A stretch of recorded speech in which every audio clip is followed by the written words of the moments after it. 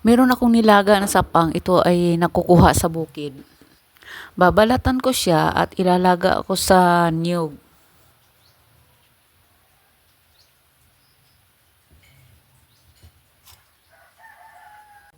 Ayan mga langga, tapos ko na siyang balatan. Magkayod na ako ng niyog. Ready na ang aking gata.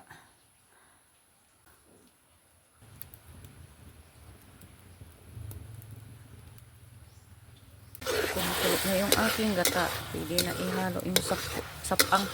Hinalo ko na yung sapang kag yung gata. Nilagyan ko ng kunting asin para meron siyang lasa.